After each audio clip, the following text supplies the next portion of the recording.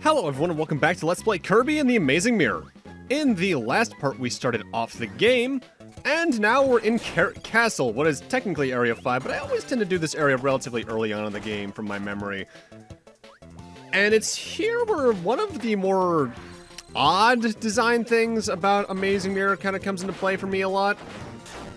If you compare to, say, a mainline Metroid or a non-linear Castlevania, the way the rooms are usually structured in those is they're relatively scaled to the size of your character. Like, say, a normal room in a Metroid is maybe 2 or 3 times the vertical height of Samus and is otherwise like a hallway. Same with, like, Symphony of the Night with Alucard and all that, barring the occasional large room that, when you're going for map completion, especially in the Castlevania games, is annoying to get everything in, but not impossible. Whereas in this game, while there's a good amount of the just straight-up hallways, I feel they have a lot more windy rooms that are very cramped together just to get some actual level design in them. By the way, a really hard to spot thing to get here to get an extra piece for the soundtrack. In a way, it kind of reminds me of, I believe it was Harmony of Dissonance on Game Boy Advance, where there's a lot of rooms that the entire way that particular Castlevania works, for instance, is bad level design, where you just go all the way to one end of the room, there's a U-turn, and now you're on the top or bottom half, and you get to go through another doorway. This game feels like it has that a lot in it, but the rooms try to disguise it by being more maze-like or being more windy, I guess is the way to explain it.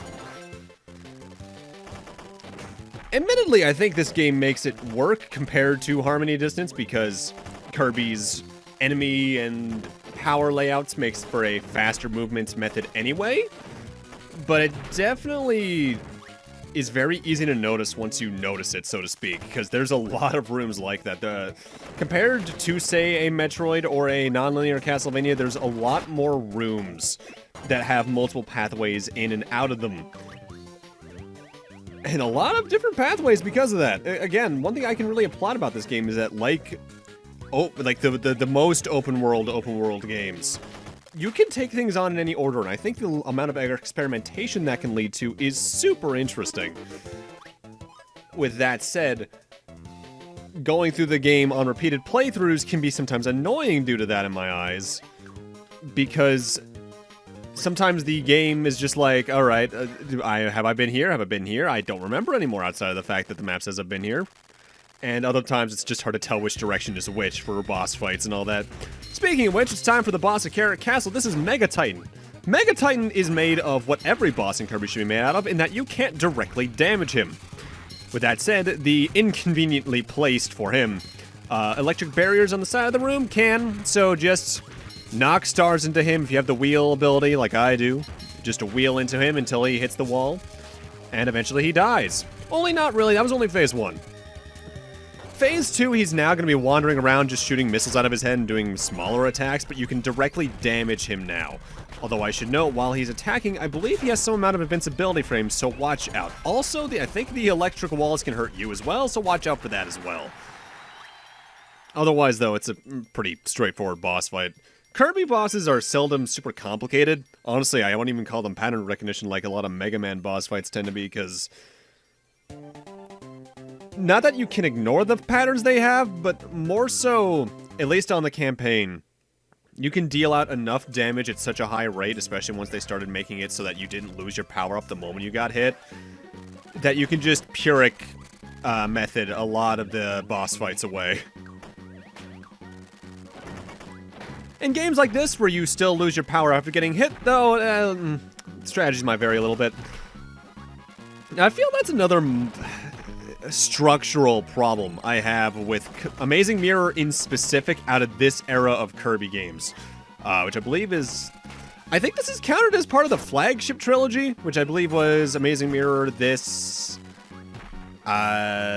Squeak Squad, and I want to say that was it. I want to say that's, I'll look into it in a moment. But I feel like this game could have been a lot more approachable, especially in terms of getting 100%, if you didn't lose your ability the moment you first got hit. say you had like 3 hits per power-up or something like that, barring another method that they could do that I'll talk about probably next part or 2 parts from now, it would be a lot easier to just play through the game for me. Not that that really bothered young me, now that I mentioned it.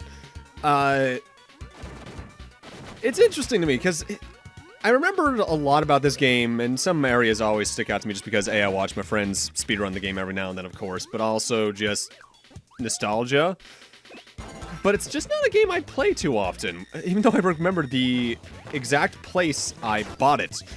For those who don't know, I live in central Massachusetts at the moment. That might change at some point, who knows. But around 2006 or 7, my mother and I went to the town of Wrentham, Mass, which is about 30 to 40 minutes, if I recall correctly, south of Boston, for a good comparison. And they used to have an FYE or something along those lines there, and I just found this game there when we were there one time after buying fudge at the fudgery. And I was like, hey, Kirby. So we bought it. And I was like, hey, Kirby. I beat it the next day. Or was it 2 days later? I know I got through a good amount of the game pretty quick, but I can't tell if that's because it's Kirby, because I was less bothered by other things at the time, so I had more time to focus, or what? Also, a few minutes ago, we beat the, I think it was called the Boxy mini-boss. I actually can't remember the names of most of the Kirby enemies, I'll be real with you. But that gave us a relatively unique ability known as Magic. Magic is a roulette wheel that can give you one of several different outcomes, some of which are pretty cool, like the little screen nuke I got there with Meta Knight. Others are much more underwhelming. So let's take a look at what that is. Did I actually get that resource list up ahead of time for this? Was I prepared for a recording session for once, or do I have to go and get it? Hey, I actually have that in one of my tabs. Alright, so here's the list of things Magic can do. There's the question mark, which gives Kirby a random magic ability, or copy ability, rather. With that said, I forget how it works in terms of whether or not it just sends you straight to a certain copy ability, or if it gives you the usual mixed roulette wheel. I want to say it just sends you straight, though. I should note, I seldom use magic. There's the 1-up, which turns all enemies and defeated mid-bosses on screen into 1-ups. There's the cherry, which does the same but turns them into food. There's the Invincible Candy, which gives you temporary invincibility. It basically acts like the item does. I should note, using that in a boss room or a goal game room gives you no effect, since they don't want you to cheese bosses that hard. And then there's Galaxia, which is... Well, that was what the Meta Knight thing we did was. It's probably the coolest effect you can get. With that said, I honestly forget if I use magic again the rest of the recording. I will say, there's one thing I can give this game credit for, even compared to some of the Metroids, some of the Castlevanias, a lot of this genre, is I feel they do a good job in giving damn near every single copy ability some amount of use when you're going for 100% and exploring around. Sometimes you have the pegs you need to destroy with rock or hammer, sometimes you need to light fuses and shit. The only ability that really feels out of place in this game to me is probably Mini. Which I used back in part 1. It turns Kirby into a tiny Kirby, and you use that to navigate like 2 or 3 tiny passageways throughout the game period. Don't know why it's there, they just probably wanted to make a cool ability. But if I were to compare this to, say, a Metroid game, or a Castlevania, like... It's one thing for an ability to fall out of use, like, I'm not going to compare this to, say, the moon jump boots in Symphony of the Night once you get the bat form, because at that point they're just useless. A better comparison is probably, say, the X-ray scope in Super Metroid, or the grappling hook in some of those games, where once you get different abilities, or once you know your way around the map and things like that, things can fall out of use. Or even another good comparison to Zelda, where sometimes they just don't do a good job at using your prior power-ups. This game, you use damn near every single one of them at least once, I'd say. I say at least because...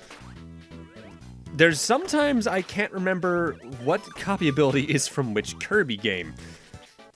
And that's partially because I like Kirby, but it's not a series I'll actively chase down, so to speak. Like, I think the last one I played when it was new...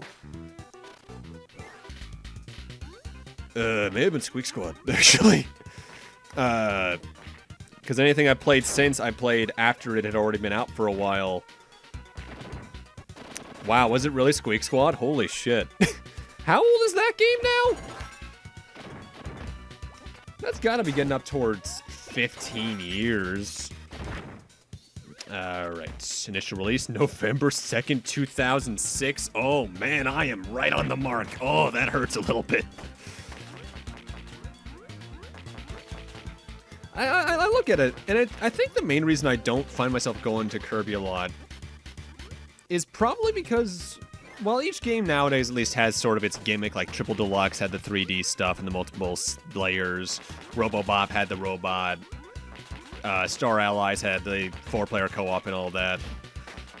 I feel the games don't really have much to distinctify themselves outside of being just solid platformers, so to speak.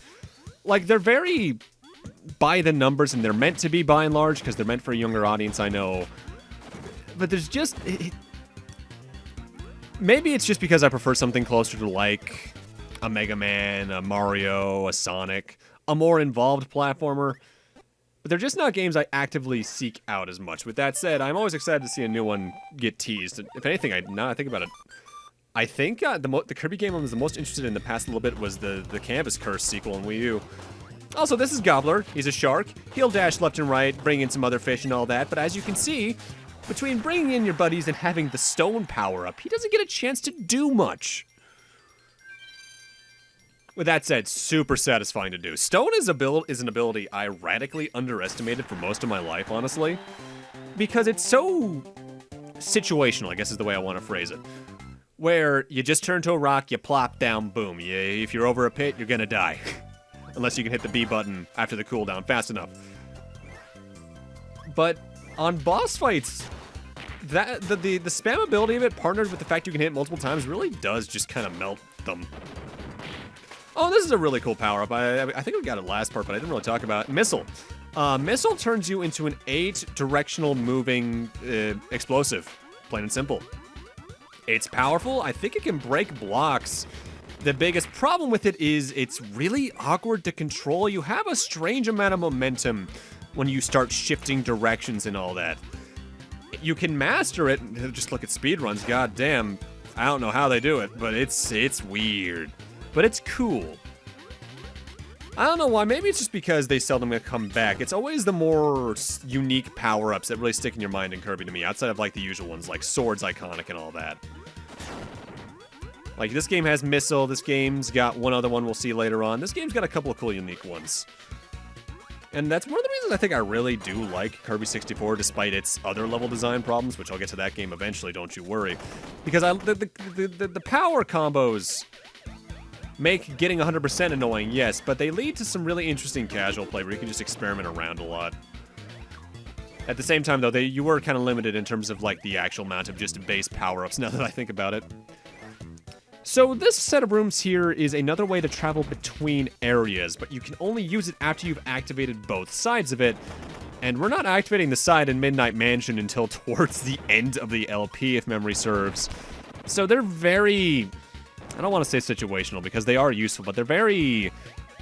Mileage may vary, I guess, is the way to phrase it. Because if you've already been to there and you've already found that door, that's a great shortcut to find in case you want to get to deeper Olive Ocean quickly. If you can remember the way around, at least. Also, I think I gave the Nightmare in Dreamland similar compliments, but something I really want to say I do love about Amazing Mirror, I love its backgrounds. I think they do a really good job of making really nice looking art pieces. It's just the fact that they're seldom ever in focus because they're backgrounds. And with some of the layering this game does, sometimes they're just straight up obscured. Now, when it comes to swimming in Amazing Mirror, and getting into this a little bit late in the part, I realize we've already fought the water boss and everything. Usual Kirby rules apply. You can move in 8 directions. If you don't have a power-up, you have a little water gush ability. If it's an ability you can use in water, you can just straight up use it. That's namely just Hammer and Sword, I believe. The big annoyance is that if you get hit, you can't inhale your Power Star, and Power Stars dissipate in water. So do most enemies, thankfully, but it's still kind of annoying.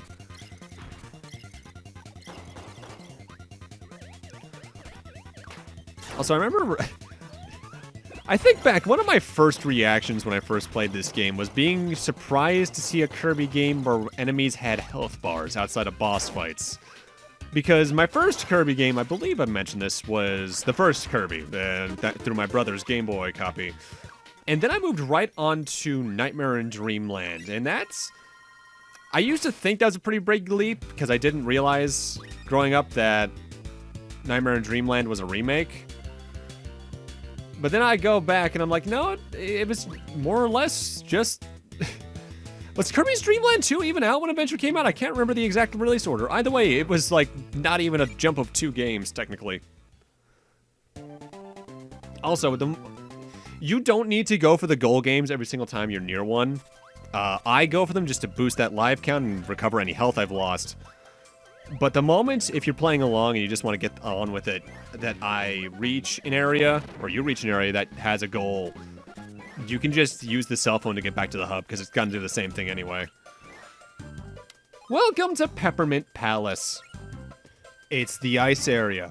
With that said, something I find interesting about a couple areas in this game, it's namely this, Carrot Castle and Radish Ruins, an area we'll get to later on. I think that's Area 6. Maybe. I forget the numbering for this game. Is that some of them have like a central, almost dungeon-like area where the boss and sometimes the map is. And other times they're just closer to like what Midnight Mansion or Olive Ocean are, in that they're just kind of wander around until you find where you need to go areas. And I find that distinction cool, but also like I almost feel like they should have picked one or the other just so the game's structure is more unified. Because this game could be really cool as if we were to summarize Kirby as baby's first platformer in a way. This could have been nice as like a baby's first Metroid to have like some unified structure even with the exploration factor. The fact that they went both ways feels kind of weird. With that said, sometimes the areas outside of the main dungeon still connect to the main dungeon because, level design?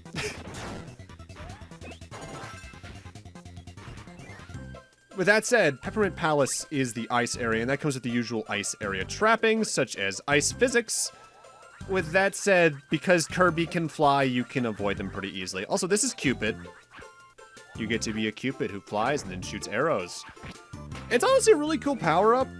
The problem is, at least in terms of speed, it flies slower than main Kirby can. And while the charged arrows are a good offensive measure against normal enemies, against boss fights with your flying speed, I find it's a little bit lackluster. There's the map. I believe when you're in an area that you haven't gotten the map in yet, the room that it shows on the map by default is the room the map is in? It's either that or they mark the boss fight, but I would figure it's more so them marking the map so you can have an idea of, okay, I need to get there so I can figure out where I can go from there. Which, admittedly, that's kind of a smart design decision. I feel like if games marked their map rooms like this more often, it'd be a lot more approachable for people who don't like this genre. Either that or have them as part of a early on required pathway. I'm looking at certain areas in Zero Mission in particular, because I think you do that in Chozodia. I think you do that in Norfair, more or less. Yeah, more or less.